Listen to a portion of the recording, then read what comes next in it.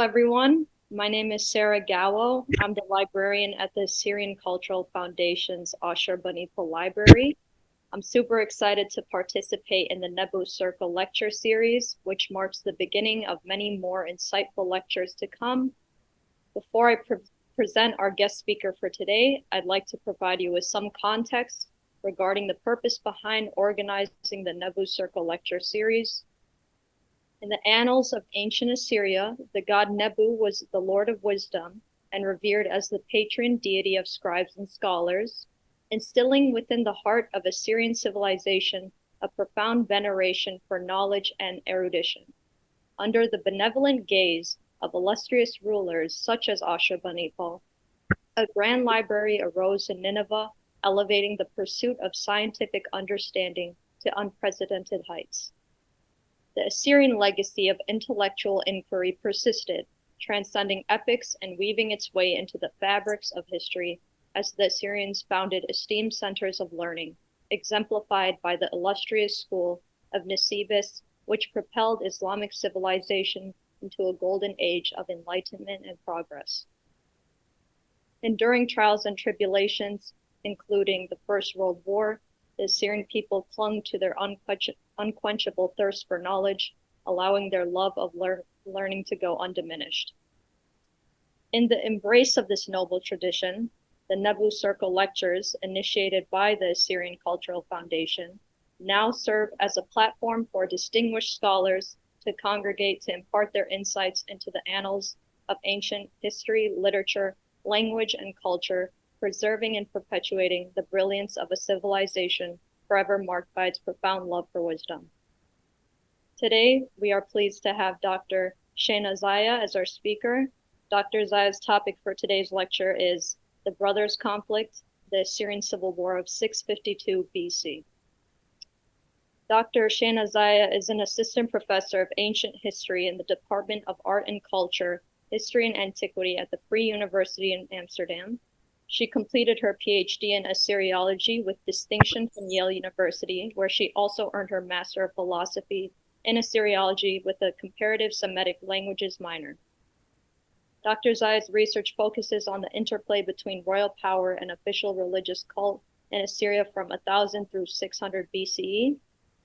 She has also taught in the Department of Religious Studies at Fairfield University and worked as the coordinator for writing advisors at the Graduate Writing Lab within the Yale University Center for Teaching and Learning. Additionally, Dr. Zaia has held various postdoctoral positions at institutions such as the University of Vienna and the University of Helsinki. She is affiliated with several academic projects in her field and has published numerous articles and book chapters on Assyrian religion and culture.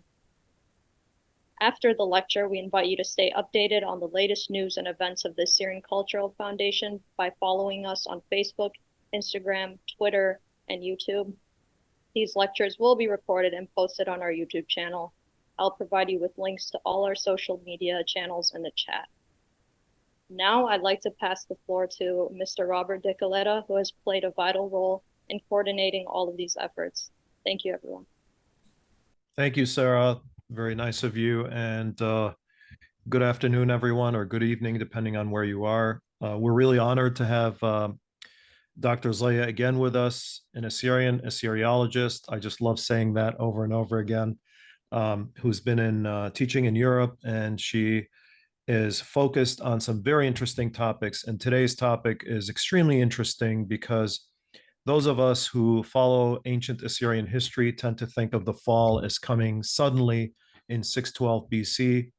So we're going to find out today whether that is true and what happened in the period before the great fall of Assyria in 612 BC and then subsequently. So with that, Dr. Zaia, we're really honored to have you again. And please go ahead. This is going to be extremely interesting. Thank you both so much. So thank you, Sarah, for the lovely introduction, and Robert as well, and for inviting me again to speak here. I'm always happy to speak to this organization and to this audience. So as long as people want to keep learning about ancient Assyria, I am happy to be here to keep talking about it. I'm especially pleased to talk about this particular topic. It's near and dear to my heart.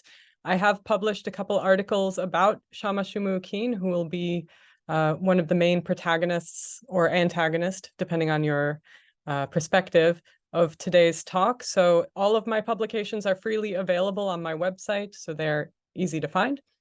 But yeah, I'm very glad to see so many people here on a Saturday afternoon or Saturday evening, as it is the case for me in Amsterdam. I plan to talk about 45 minutes, maximum an hour. So I hope you'll bear with me and that you'll find it an interesting story. So before I begin, let me just make sure I can go. I do want to preface with all of the primary sources that I'm talking about, the actual texts I will provide you in translation. They are written in Akkadian, the most ancient written Semitic language. It was written in cuneiform script. You can find all of these inscriptions and others at several online projects and with English translations. So I strongly encourage you to check them out. Both Assyrian and Babylonian ones are available, and many others. And many images I'm using are coming from the British Museum's collection, which they've put quite a lot of it online with photos. So if you've never played around with their search function to see the Assyrian stuff they have, you can see quite a lot of the palace reliefs, which are very famous, and a lot of different written sources like tablets and cylinders and things like that. Great. But the topic for today is the civil war from 652 to 648 between the arguably one of the most famous Assyrian kings, Ashurbanipal, and his lesser-known brother, Shamash-shumu-kin. But let's orient ourselves first to the geography and the time period that we're in. So we have to travel quite a long way back in time to the Neo-Assyrian period. That's basically the first half of the first millennium before our common era. This is when the empire really developed and took hold. It was a territorial kingdom before, and then it developed into an empire in this period. And you can see on the map on the slide how much it spread, especially during the later kings who will be the focus of today's conversation. So as you know, Ashurbanipal was the last great Assyrian king. There were following kings after him, but they are not nearly as influential. But before we can jump into Ashurbanipal and his conflict with his brother Shamash-shumu-kin, we need to think about his family history. So you might know that he belonged to the Sargonid dynasty. This is named after the founder of the dynasty, who is Sargon II. Sargon's son Sennacherib then became king after him, then Sennacherib's son Esarhaddon, and then Esarhaddon's son Ashurbanipal. These names are altered from their originals, so I've provided, just in case you're interested, the original Akkadian names for all of these kings, so that you can see what their names actually were and the years that they ruled over Assyria. So Sargon II founded this dynasty. He was a possible usurper. He might not have been meant to be the crown prince. He might have been nonetheless related to one of his forebearers, Tiglath-Pileser III, and his son Shalmaneser V took over after Tiglath-Pileser III, and then Sargon II came after Shalmaneser V. So what we see with the Sargonid dynasty is father to son progression, which is not always the case in the ancient world, but in this case, these are all fathers and sons. These kings are probably very familiar to you. You probably even know some people in your personal life named Sargon or Sennacherib, very popular names, very strong and powerful kings. So in order to understand the Civil War, and you might be wondering, why are we talking about the Sargonids? There's a lot of backstory and roots to this conflict that we need to understand before we can actually get to the war itself. So we actually have to go through the earlier history of the Sargonid dynasty, and actually even earlier than the Sargonid dynasty, because we need to talk about the Babylonian-Assyrian relations over the course of time. So you can see on this map here, this is Mesopotamia. There's not a clear line between the two, but you can see Babylonia is the south and Assyria is the north. They are always in this north-south divide. But there's also a long history of the two of them if not being united, then one controlling the other, usually Assyria trying to control Babylonia. So there's a long history of Assyria trying to take direct control of Babylonia or to annex it or absorb it. For many reasons, Babylonia had a very strong economy. They had good trading routes. They had a shared culture with them, the shared language, shared pantheon for the most part. They had a prestige. There was a lot of literature and texts and scholars who worked and lived in Babylonia. So we can say that there were many reasons for Assyrian kings to want to control Babylonia, but it was different from the other areas that Assyrian kings wanted to conquer. So unlike with other conquests, the Neo-Assyrian kings did not simply absorb the territory, but actually took on the local title as King of Babylon. So Babylonia is a name that we give it. It is not the Emic name. It's not the name that they would have used. So they would not call themselves King of Babylonia, but rather King of Babylon as the capital of Babylon, and therefore they controlled all of the south.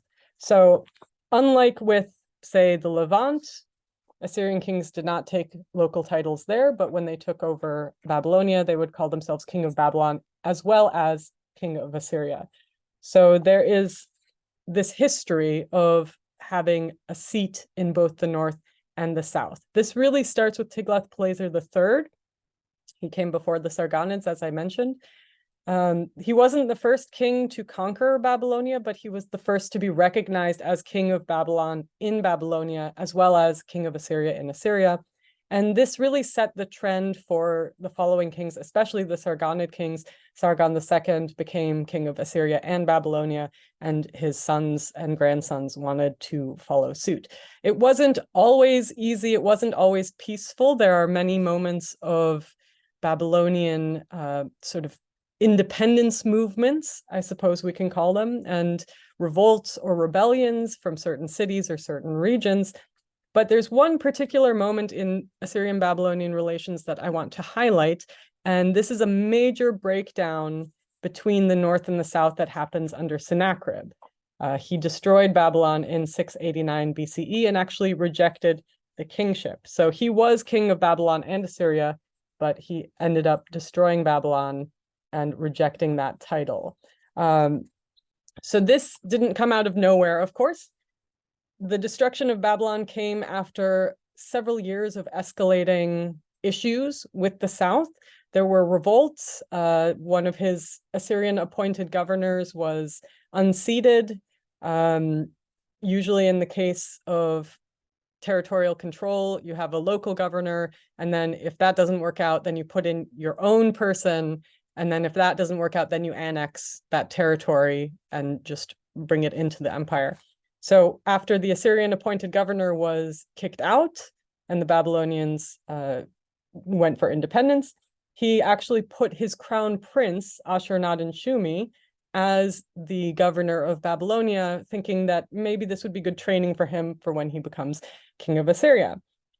Unfortunately, with a lot of strife and conflict, this kind of reached a boiling point when the Babylonians revolted and they allied with the Elamites, the neighbors in what's now Iran, and they took Ashurbanipal and they handed him over to the Elamites, where he was probably executed in Elam.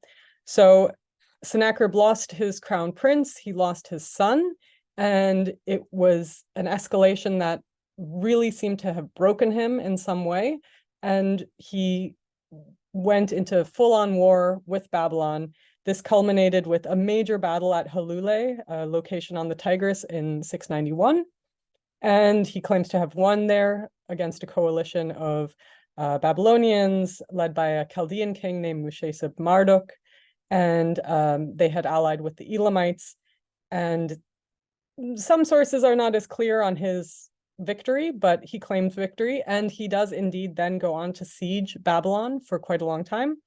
And Babylon falls, and then he claims, as you can see on this slide, to really create a lot of havoc there, that He had his people smash the gods, the Marduk statue, maybe even the Nabu statue, take all of the valuables, destroyed the city with fire, burned it down, removed the bricks, destroyed the temples, threw everything into the river. All of the buildings are made of essentially mud bricks, so water will dissolve them.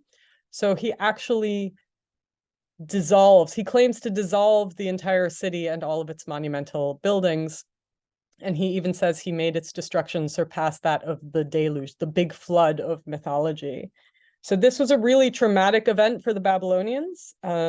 They weren't in a hurry to forget that. And after that, as I mentioned, Sennacherib no longer considers himself king of Babylon, and even his successors don't call him king of Babylon when they mention him in their genealogies. Local sources say there was no king at this time. So basically, Babylon and all of Babylonia was dead to him. He didn't participate in any of the important rituals like the Akitu festival, and it was just not a place to talk about. But the thing is that all of this action and this approach to Babylonia by Sennacherib was all reversed by his son Esarhaddon, who made it actually a major point of his imperial policy to undo all of the actual damage and also the cultural and socio-political damages that Sennacherib had caused in Babylonia. So he came in and he rebuilt Babylon. He rebuilt the temple to Marduk. He attempted to return Marduk's cult image. There were some bad omens on the way, so he ended up not doing that. His sons would take that on instead. He stops talking about Sennacherib. He removes Sennacherib entirely from descriptions of what happened to Babylon, which is quite a bold strategy because this is still within people's lifetimes. They still remember what happened. But the way he tells it is Marduk was angry at the Babylonians and he commanded that the city be destroyed. And then the city was destroyed by somehow, but not by Sennacherib. He does not give his predecessor the credit for that. So he really made an effort to make people forget and to make people think that he's a very good king. He takes back on the king of Babylon title. He takes back on the position and all the responsibilities that are involved in it, including venerating Marduk, the patron god of the city Babylon and the most important god of the Babylonian pantheon. And he really strove to make himself the proper Babylonian king, chosen by the gods, legitimated by the gods, and aren't I so great? And let's all forget what happened with that last guy, and let's all be friends again. So this was a really big goal of Esarhaddon, that he wanted to undo what Sennacherib had done. So keep this in mind, that there were a lot of historical difficulties in controlling the region with governors, with officials, with local officials indirectly, and that Esarhaddon really wanted the two places to get along. So keep this in mind because it will be relevant later. There's another factor that we need to keep in mind as we lead up to the Civil War, and that's actually how Sennacherib died. I think it is pretty well known amongst this crowd that Sennacherib was assassinated by his sons, allegedly for choosing Esarhaddon as his crown prince. So the original crown prince was Ashurbanipal, the one who had been taken away and executed by the Elamites. That already caused quite a lot of complications and traumas there. But after that, it seems to have gone to a different son named Aradmulissu. And for some reason, he was demoted at some point, and Esarhaddon was made the crown prince, and this caused a lot of troubles amongst his brothers. The problem is we only have Esarhaddon's telling of this story. So we have to keep in mind to read this with that perspective, that it's Esarhaddon telling us what happened. So his version may be different from how one of the brothers might have told it. But as he describes it, essentially, he was the younger brother. It's not always the case that it's the eldest brother who becomes the crown prince, but in this case, he was the youngest brother. And Sennacherib decided to elevate him to the crown prince.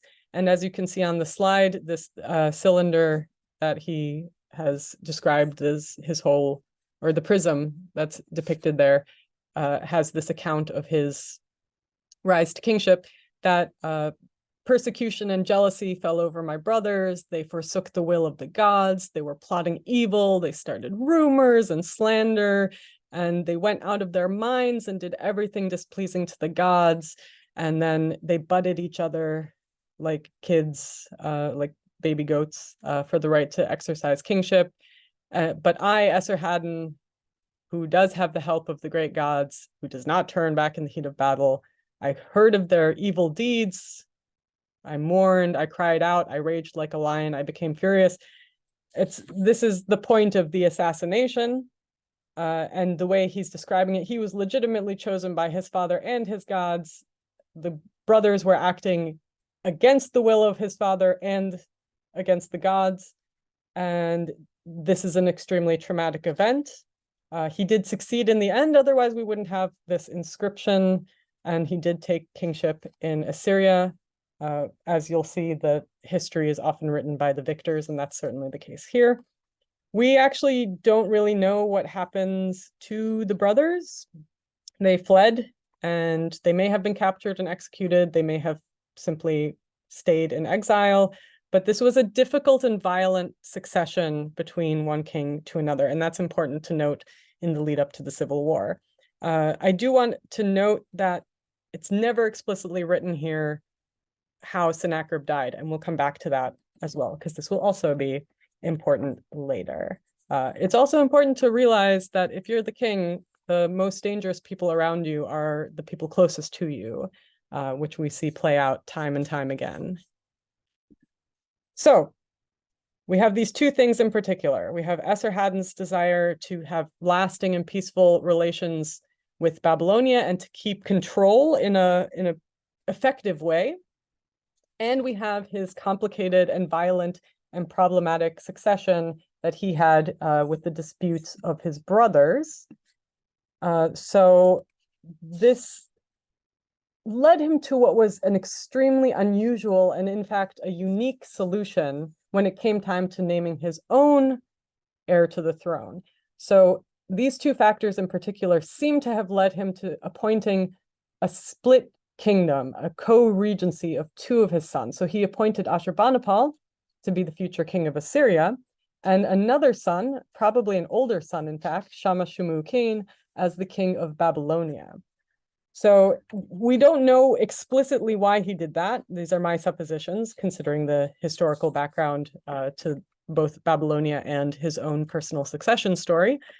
But we do have some reactions from his scholars that this is an extremely unusual thing, that it has never been done before. And this is true because what we then end up with is a completely unique case where an Assyrian royal family member is appointed as the king of Babylonia with no intention that he would become the king of Assyria at any point. So even Ashur-nadin-shumi, Sennacherib's son, he was appointed in Babylonia with the expectation that he would have kingship over Assyria and Babylonia.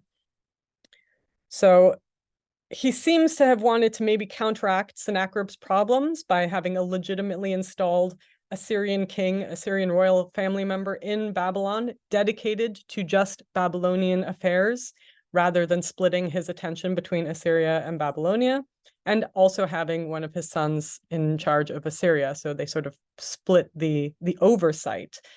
He did this in 672. He would die a couple of years later en route to Egypt for a campaign. But at the time, he made everyone swear these really extensive treaties saying that they would absolutely protect Ashurbanipal as crown prince, that they would protect Shamash-shumu-kin as crown prince, and that they would always be loyal to them as kings. So he seems to have been anxious about succession with good reason. He's not the first or only king to have these treaties that he makes people swear, but the succession treaty that he has everyone around the empire, not just in the core, but also in the territories, it's quite an extensive document. So you can see a lot of anxiety behind it. So he has these two sons. He's appointed them to two different seats of power. He expects them to work together. You can see the two of them depicted here on steles that were found in Borsippa and Babylon, so in the south. One is Shamash-shumu-kin, he's the one on the left, and one is Ashurbanipal on the right. So they're doing the typical Babylonian basket-bearing, or the typical southern basket-bearing image of the king as the builder carrying soil to build things. Okay, so this arrangement seems to have worked. It seems like Esarhaddon was not as crazy as his scholars thought he might have been in deciding to go down this path, because as far as we know, the years between 669 and 652 were actually pretty peaceful, and there was no significant problem between the two brothers. So we can take examples from the royal inscriptions of both of them, because we do have royal inscriptions from both. These are the long inscriptions that explain what the king did in each year, his campaigns, his building projects, other accomplishments that he's particularly proud of. And we can see from Ashurbanipal's inscriptions that he speaks quite highly of his brother. He says, I reestablished the privileged status of Babylon and appointed Shamash-shumu-kin, my favorite brother, to the kingship of Babylon in order that the strong might not harm the weak. And in this dedication to Marduk, he says, may the gods make my fate a long life and fullness of old age and good health and happiness. That's very standard. He also adds a blessing for Shamash-shumu-kin, which is unusual, saying with regard to Shamash-shumu-kin, the king of Babylon, my favorite brother, may his days be long and may he be fully satisfied with his good fortune. Now, before I move on, I do want to point out, keep in mind that he has claimed in the first inscription that he had appointed Shamash-shumu-kin as king of Babylon. This will be important later. When we turn to Shamash-shumu-kin's inscriptions, they speak similarly well of Ashurbanipal. They use quite a lot of the same language. So there's another blessing formula. So in order to ensure the good health of Ashurbanipal, king of Assyria, my favorite brother, to prolong his life, to ensure the well-being of his descendants, to confirm his reign, and to defeat his enemy. And then he turns to himself with regard to me, to ensure my good health, to prolong my life, to ensure the well-being of my descendants, etc., etc. I had rebuilt the storehouses of the Azida temple and made them high as a mountain. And then he has a dedication for the god Shamash, the patron of Sippar, the sun god, where he also says, for the sake of his life, Shamash-shumu-kin's, and for the sake of the life of Ashurbanipal, king of Assyria, his favorite brother, he constructed this temple, and therefore they should both get the blessings. So far, the early years, they seem to be equally supporting each other and wishing each other well, and including each other in blessing formulae that usually only have to do with the king who actually did the rebuilding project himself. So they are going out of their way to talk about each other in a nice way. So that's nice. When we look at Shamash-shumu-kin's royal inscriptions, of which we have about 6, they're all from Babylonia, we do notice that there is something interesting about them. There's something very different about them. There's something different about him compared to Ashurbanipal. So I've put them all together here, Ashurbanipal's inscription in black and Shamash-shumu-kin's in red, so that you can see the difference in how they depict themselves as king. So Ashurbanipal depicts himself very much as a standard Assyrian king. He calls himself king of Assyria, Sharmat Ashur, literally king of the land of Ashur. And he talks about his relationship to the most important Assyrian gods, especially the state god Ashur, of course, not exclusively. He talks a lot about Mulissu and Ishtar as well, but he calls himself creation of the god Ashur and Mulissu. He claims that Ashur and Ishtar had nominated him for ruling over the land, or Shamash, Adad, and Ishtar, and that he has the support of Adad or of Ashur and Ishtar, and he does things by the command of Ashur. Ashur is the most important state god, so of course the Assyrian king has to give him the top spot. So Ashurbanipal does that in pretty much all of his inscriptions. He also talks a lot about himself as a good shepherd, and he takes care of his people, and he's king of Assyria, etc., etc. But when we turn to Shamash-shumu-kin, he portrays himself much more as a Babylonian king. In the red, you can see he calls himself Shar-Babili, king of Babylon, and Shar-Shumeri-u-Akkadi, the king of Sumer and Akkad. This is what they called the southern area, Babylonia. He never mentions Ashur. This is extremely surprising because he is a member of the Assyrian royal family, but he is not the king of Assyria, so he never mentions Ashur. He instead talks a lot about Marduk, who has a similar role to Ashur, but for the Babylonians.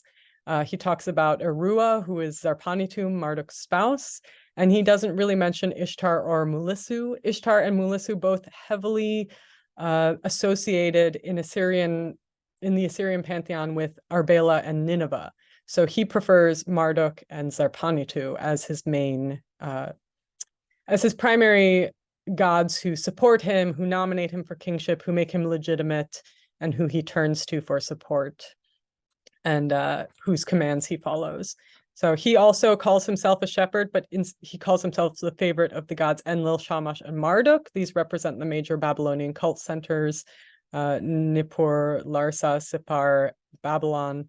Very Babylonian oriented, very Babylonian in his portrayal.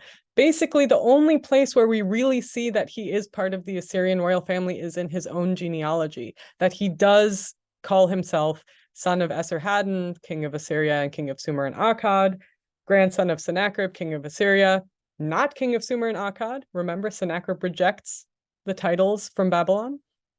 Descendant of Sargon II, king of Assyria and king of Sumer and Akkad, brother of Ashurbanipal, king of Assyria. So it's very common that kings will talk about their genealogies, and he does do that, and he does not hide that he is from the Assyrian royal family, and he links himself with his predecessors, especially the ones who were kings of Babylonia as well.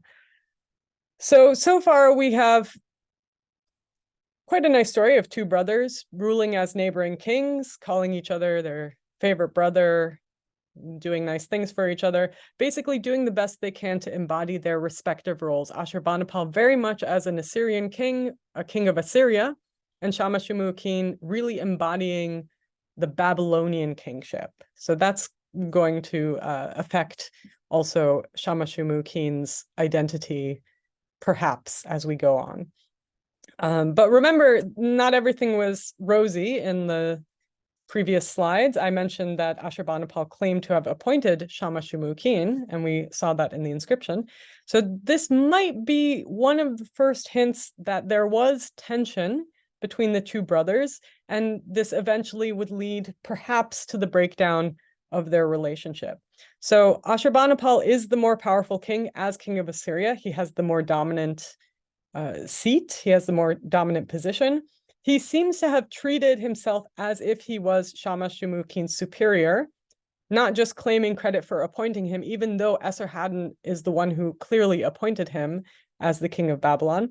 But he also starts taking credit for things that Shamash-shumu-kin also claims to have done. Both kings claim that responsibility for the return of Marduk's statue to his temple in Babylon, which you can see a hypothetical reconstruction of the Isangil temple of Marduk in Babylon here with the ziggurat that's associated with it. This is the most important temple in Babylonia, so of course the king of Babylon has to especially take care of it. He also says that he built temples and other building projects that Shamash-shumu-kin also claims to have done. They quite often overlap.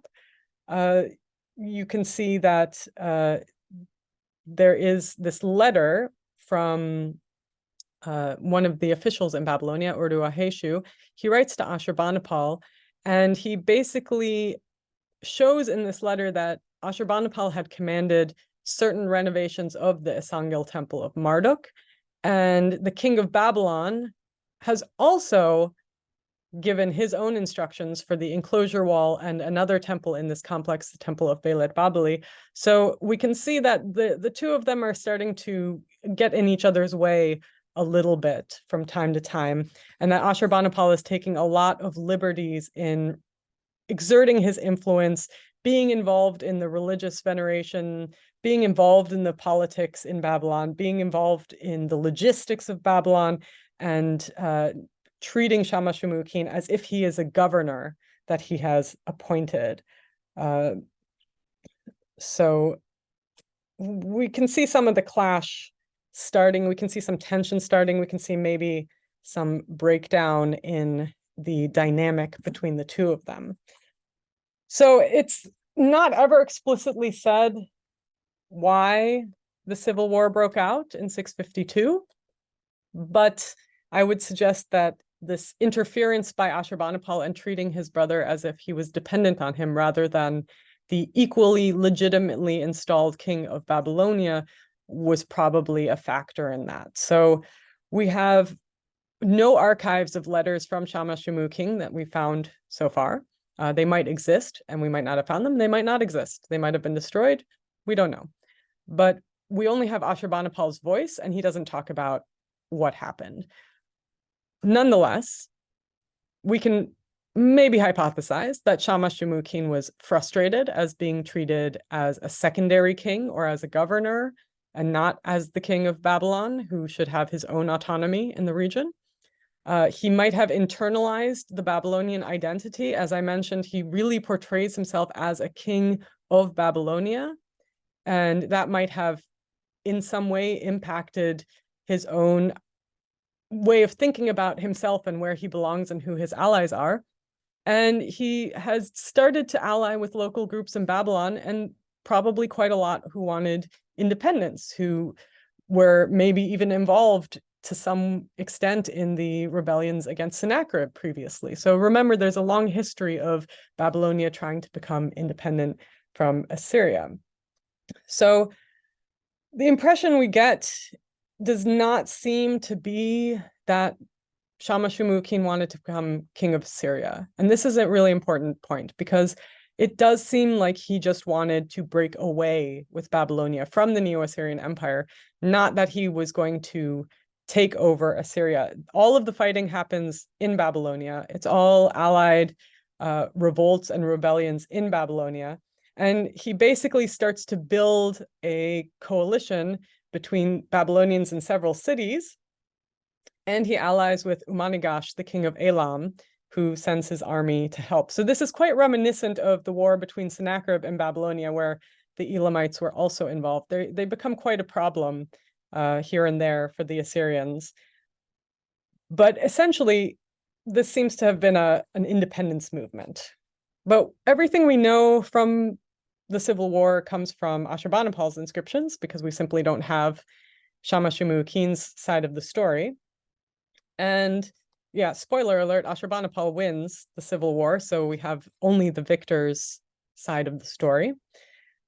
And Shamash-shumu-kin really might have written something, but we just don't have them. As I mentioned, we only have about 6 royal inscriptions from him left, and they're all about building projects and things like that.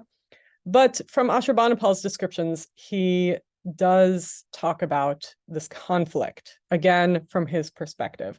So what he writes portrays Shamash-shumu-kin as an ungrateful brother whose position is completely due to the generosity of Ashurbanipal. You can see on the first paragraph that he calls him my unfaithful brother. He's no longer the favorite brother, for whom I performed so many acts of kindness and installed as king of Babylon. And I gave him everything. I gave him soldiers and horses and chariots, and I gave him cities and fields, more than anyone else who had ever had before. But he forgot these acts of kindness that I had done for him, and he constantly sought out evil, kind of like Sennacherib or Esarhaddon's brothers when they were plotting to assassinate Sennacherib. And he was speaking friendship aloud, but deep down his heart was scheming for murder. He lied to the citizens of Babylon who had been devoted to Assyria, servants who belonged to me, and he spoke words of deceit with them. So he portrays his brother as taking people away from the kindness of Ashurbanipal. And he also claims that he cut off their alliance. It was his fault. And he even cruelly denied him the ability to venerate the gods of Babylonia in their temples in the south. Many of these were shared in the larger Assyro-Babylonian pantheon. And despite the fact that Ashurbanipal was a patron of these centers with many renovations that came at great expense with gold and silver, so he put a stop to our brotherly relations. He withheld the performing of my offerings, and he deprived me of the cult centers, the sanctuaries I had renovated and decorated with gold and silver. Again, Shamash-shumu-kin claims to renovate a lot of these himself. So we can see a lot of the rewriting of history here. Now, his descriptions of the war portray it entirely as a rebellion and the rejection of the treaty that Esarhaddon had made everyone swear to support Ashurbanipal as king of Assyria. That's what he's referencing. They do confirm that Shamash-shumu-kin was able to build a coalition amongst the several Babylonian regions. Again, he called them in the previous slide that they were servants who had belonged to me, so he sees it as an act of betrayal. He uses similar language for Umanigash, this king of Elam, who allies with Shamash-shumu-kin, and he claims that his brother actually bribed the king of Elam to fight with him, and not that he might have actually wanted to help, but that he was bribed to do so, and that he got involved in this. But nonetheless, he claims unequivocal military successes against his brother's army in many important cities in Babylonia. And he does not admit at any point that he is defeated in any way in any battle. So we only have this depiction of he's very successful in pushing down this rebellion. So you can see that he has switched how he talks about Shamash-shumu-kin, and he uses many new terms after the war breaks out. No more the favorite brother, but rather he calls him my hostile brother Ahu-Lakenu, or Ahu-Nakru, my enemy brother, Nakri, my enemy, or even La-Ahu, a no brother. So he completely changes the way he talks about their relationship. And he even accuses him of planning to destroy him and Assyria. He had planned murder against Assyria and uttered blasphemies against the god Ashur himself, the most important imperial god. As he's disowning Shamash-shumu-kin as his brother, in a letter to some of his remaining Babylonian allies, as he tries to convince them not to join Shamash-shumu-kin's rebellion, he starts to use brotherly language with them instead, and he tries to claim that he's the one who has their best interests at heart, not Shamash-shumu-kin. So he says, the words of wind, so these lies, this nothing that this no brother has spoken to you has been relayed to me. This is a letter that the Babylonians had received. It's nothing but a scheme that he's devised in order to make the name of the Babylonians who love me detestable along with him. Your brotherhood with the Assyrians and your privileged status which I have established remains valid until the present day. You are close to my heart. So we can see that he pushes the family relationship with Shamash-shumu-kin away and builds it instead with the Babylonians, who he tries to convince they are better allied with him than with Shamash-shumu-kin. So the major turning point in the war is the death of Shamash-shumu-kin. As you might imagine, this took a lot of the wind out of the sails of this rebellion or civil war, or however you would like to describe it. How he died is actually not very clear, and this is quite an important point. So what we have from Ashurbanipal's inscriptions are just that he died in a fire. It destroyed him. His body burned. The important point to note in these inscriptions is that it's not Ashurbanipal killing him. It's not an army killing him. It's not a soldier. It's not even his own people turning against him. It's the gods. Ashur determined for him a cruel death. He consigned him to a fire and destroyed his life. In another inscription, there's a whole list of gods who send him to the fire. In another one, there's a couple gods, Enlil, probably Melissu, and Marduk, who looked upon his evil deeds, and they made the fire god grasp his hands and had his body burned. So that's not actually, of course, how Shamash-shumu-kin died. We're not sure, though, if he was killed, assassinated, or died by suicide. Fire seems to have been involved, but it's important that Ashurbanipal depicts this as something the gods did to him. In many cases with violating treaties and treason, the gods smite the person who has violated the agreement because the agreement was sworn before them, so they are the ones who bring the punishment. But nonetheless, we have the gods as the executioners in Shamash-shumu-kin's case, and we even have a letter from the god Ashur himself to Ashurbanipal responding to the civil war. There are some letters to and from the gods. That's their own genre of text. And in this case, Ashur takes credit for removing Shamash-shumu-kin from kingship, bringing the curse of death upon him, which he in fact brought him upon himself by violating the curse and committing evil deeds against both the god Ashur and Ashurbanipal. And Ashur claims that these actions cost Shamash-shumu-kin his life. He forfeited his life by doing this. So his own gods become angry and abandon him, and Ashur then enables Ashurbanipal to succeed in the war. So again, it's probably important to note here that, again, we don't know exactly how Shamash-shumu-kin died, but that the gods were behind it. And there are different theories about his death, whether he was killed by Ashurbanipal's army. Ashurbanipal didn't usually go out with his army, so it would have been one of his soldiers or commanders. He might have been assassinated by one of his own officials to end the war. By now it had been going on for 4 years and really was devastating to the Babylonians. Or he may have in fact died by suicide in a fire. These are all theories that we have. But the important point to note here is that this is really different from how the deaths of enemy kings are usually described in Ashurbanipal's inscriptions, which do talk explicitly about all of these things: foreign and enemy kings being killed by Assyrian soldiers or by the king himself, or their own officials killing them, or dying by suicide when they cannot win. These are all things that are very explicitly talked about usually in the Assyrian royal inscriptions when it comes to enemy kings. What this is similar to is how Esarhaddon talks, or rather doesn't talk, about the assassination of his father Sennacherib. So let's take a look again at Esarhaddon's description, where he never actually says what his brothers did, but talks around it, that they were plotting evil, that they took up their weapons, that the gods saw the deeds of the usurpers which had been done wrongly against the will of the gods, and they did not support them. I quickly heard of their evil deeds, and I cried out in mourning, and I rent my priestly garment. That's the assassination. That's as close as he gets to describing the death of Sennacherib.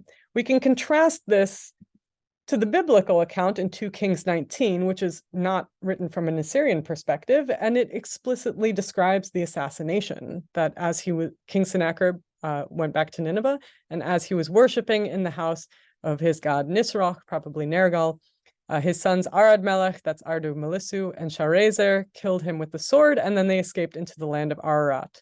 His son Esarhaddon succeeded him.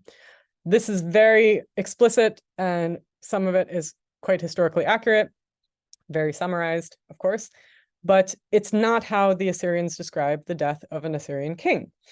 And in fact, the uncertainty of how Shamash-shumu-kin actually died is part of a larger trend in how Assyrian texts avoid talking about the death specifically of Assyrian kings, which stands to reason. The unexpected death of a king was extremely traumatic, and it implied that he had been abandoned by his gods, which means there's questions about him being the legitimate king and what he has done to alienate the gods. And this would also go against everything in how Assyrian texts and art, like palace reliefs, depict the king as an unstoppable heroic warrior, someone who cannot be defeated, someone who always wins. So while enemy kings' deaths are described sometimes in quite gruesome detail in order to show the might of the kings, all of the Assyrian kings die off screen as far as the official record goes. They never talk about it, especially if it's a traumatic death. So you can contrast this silence about Assyrian kings' deaths also in the depictions in art. So you can see on the slide, this is the famous banquet scene from Ashurbanipal's palace in Nineveh, kept in the British Museum now, where you can see Ashurbanipal and his queen are enjoying a very nice meal in the garden. But if you look closely at the tree all the way to the left, you can see the disembodied head of Teumman, one of the kings of Elam, is hanging there. After defeating Teumman and executing him, Ashurbanipal actually paraded his corpse around the empire as part of a military triumph. So they are not shy about the death of kings, but they are not willing to talk about the death of their own kings. So with that in mind, how Ashurbanipal depicts Shamash-shumu-kin's death in his palace reliefs is very noticeably different from how enemy kings are portrayed. So if you think about poor Teoman's head hanging from a tree in the garden, you can see in this palace relief, also from Ashurbanipal's palace in Nineveh, that Ashurbanipal's army is receiving the royal crown and staff of Babylon and Shamash-shumu-kin's cylinder seal, which is an extremely personal object.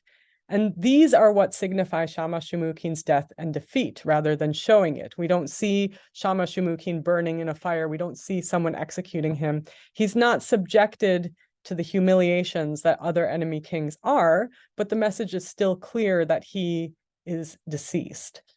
Ashurbanipal attributing it to the gods as well, rather than any mortal person, means that he also distances himself in the texts.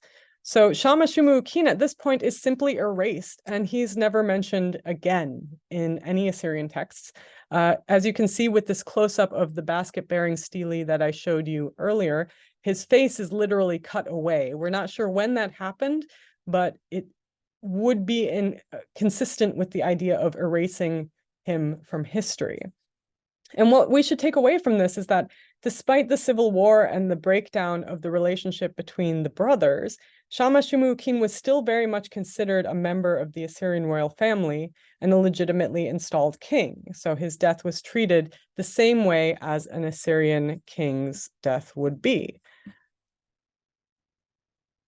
So, yes, and of course, this death was very traumatic for Ashurbanipal. So no matter what the circumstances, this was his brother. Killing your own brother was not something that was culturally acceptable and something that would have been very problematic for Ashurbanipal, and not something that he could ever discuss as a victory in the same way as with other kings that he defeated. But with the death of Shamash-shumu-kin, the civil war very soon came to an end. According to Ashurbanipal's inscriptions, the people at the higher levels of the rebellion, who Ashurbanipal now even claims had incited his brother to rebel, starting to excuse his brother a little bit after the fact, that those who had somehow survived the war were captured and then executed. We know in Nineveh from the letter from Ashur that they were executed in Nineveh. But the rest of the Babylonians had suffered massively during the sieges from plagues and famines and the usual things that happen when you're holed up in a city with a lot of other people and you have no access to food or water. To them, he showed mercy. He showed mercy to those who did not support Shamash-shumu-kin, to those who had supported Shamash-shumu-kin but weren't at the higher levels. He put a new Assyrian appointed governor and official over them. He subdued them by imposing taxes and corvée labor upon them, the same way that he would do to a conquered foreign land, so any other territory that the Assyrians would have taken. But after that, basically the civil war ended, and it seems to have been relatively quiet in Babylonia after that, although you can see from the slide where I'm heading, I think, with this, so it wasn't unproblematic. But in the immediate aftermath, Ashurbanipal took back the kingship of Babylon in addition to Assyria. He called himself King of Babylon again, and he installed a puppet ruler named Kandalanu in Babylon to rule on his behalf. But the thing is that even though it was relatively stable, the cracks were already there and they were quite long-lasting, and they only got bigger over time. Over the course of the war, it lasted 4 years. It had cost a huge amount in resources and human lives, and it probably caused quite a lot of instability, especially the idea of neighbors fighting against each other. Even within Babylonia, there were some pro-Assyrian factions and some anti-Assyrian factions, so this caused a lot of problems. But this probably contributed to the gradual decline of the empire. Not immediately, but of course, it's hard to recover from something like this. This also did not stamp out the desire for Babylonian independence. Soon after Ashurbanipal's death, a Babylonian official in Uruk, who probably had worked for the Assyrians, we all probably know his name. His name was Nabopolassar.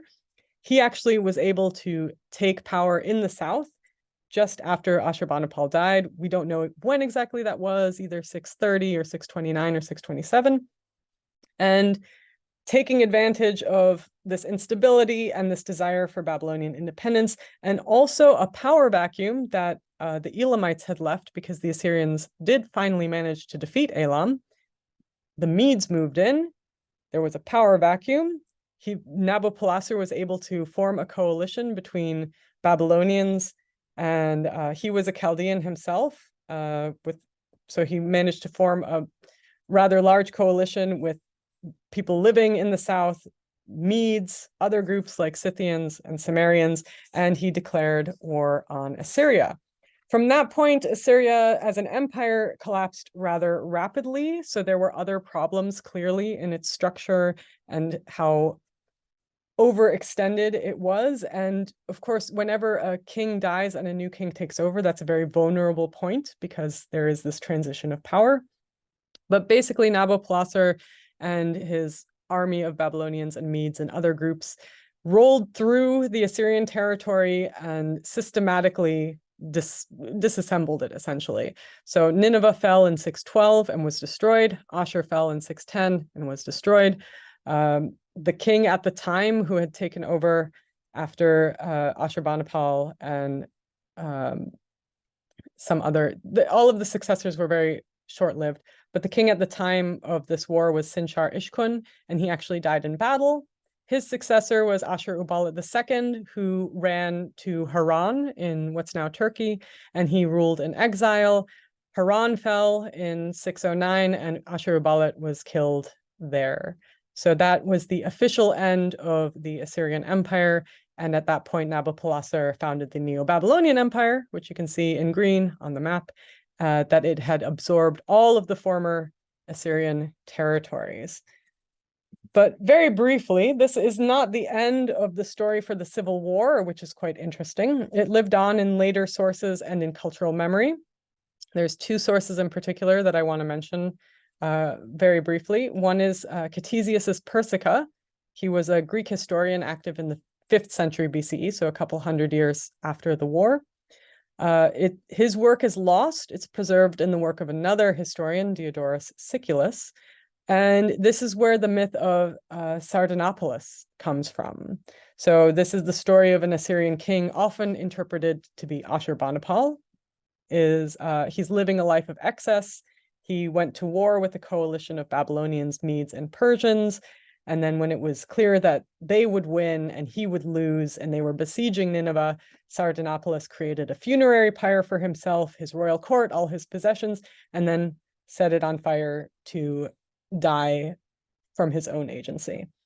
So it does seem to have been influenced by kind of a mashup of the Civil War, because Shamash-shumu-kin's death by fire seems to have been preserved in memory, although this is very clearly suicide and attributed to Ashurbanipal. And it takes points from the fall of Assyria. Again, it's not a very historically accurate document. There's no evidence to suggest that there was a king called Sardanapalus or that Ashurbanipal was especially into excess and luxury and things like that. But this did seem to have captured the imagination. You can see an even more modern retelling of this in the form of this painting by Eugène Delacroix, The Death of Sardanapalus. It's not the only thing that has come out of Ctesias's work, but this does depict the moment of collecting everyone to die in a funerary pyre on purpose. This French artist was specifically inspired by Ctesias, which then also inspired other things like a play by Lord Byron called Sardanapalus, which was in 1821, so around the same time, and an opera by Liszt, Sardanapalo, around 1845-ish. So at this point in the arts world, this was very much a story that was being told and retold. But again, this one is rather far from the Civil War, and what seems to have captured the imagination is the idea of Shamash-shumu-kin dying as a suicide by fire. Papyrus Amherst 63 is much closer, and I think this crowd will be much more interested in this text. It's an Aramaic text, unusually written in the Demotic script found in Egypt and Elephantina from around the 6th century BCE, so much closer to the events of the Civil War, found in a Jewish community where many other things were found, many other writings. It's a much closer retelling of the Civil War. Again, it has this suicide by fire aspect that both of them share. But the story goes that there's a king of Babylon, Sarmuga. I guess you can sort of hear where Shamash-shumu-kin might have become Sarmuga, but it takes a little bit of creativity. But he rebels against his brother, Sarbanabal, very close to the other name for Ashurbanipal in the Greek sources, the Sardanapalus. They have this strife between them. There's a war that breaks out. Their sister goes to Babylon to beg Sarmuga to return to Nineveh and to make everything right with his brother, because there's no way he will win against him, because Assyria will certainly win in this conflict. He refuses, and she claims, in frustration, she tells him that this is complete futility and the Assyrian army will come to destroy him and everything he cares about. So he might as well set everything on fire, himself, his family, all his possessions inside it, on his own. Out of frustration. She probably didn't mean it, but she goes back, and an Assyrian general comes to Babylon also to persuade him to end the war. Excuse me. And he warns him that his brother is planning to retaliate very harshly. So this seems to have pushed Sarmuga to create an actual funeral pyre and to burn himself and his family to death. So even though we don't know how Shamash-shumu-kin actually died, this idea of fire seems to have gone on in the later sources. But the thing that's interesting about the later sources is that because they are not written by the Assyrians, excuse me, it's quite dry in here. It's not written by the Assyrians, so they don't need to protect themselves from the complicated emotions and the problematic feelings around fratricide and patricide and things like that. They're actually much more free with the complicated feelings that were behind this brotherly strife. So of course, it's not easy to fight against your own brother. It's not easy to have to deal with these topics. And what I like about the Papyrus Amherst 63 is that it ends with a really poignant moment of the brotherly relationship coming back out. What we miss in the Neo-Assyrian documents of the care that they have for each other does come back out in this Aramaic text, that by now the Shamash-shumu-kin character has died. The general comes back to the king and tells him what has happened. And the king says, if you still have some compassion, turn your face to me, come to the palace, because I said to you, let them slay Babylon, but spare my brother. So in the very end of this conflict, this papyrus captures this complicated and very touching moment where the king is devastated by the loss of his brother and separates out this identity of his brother from his political identity as the rebellious king of Babylon, that Babylon could have fallen, but you could have at least spared my brother.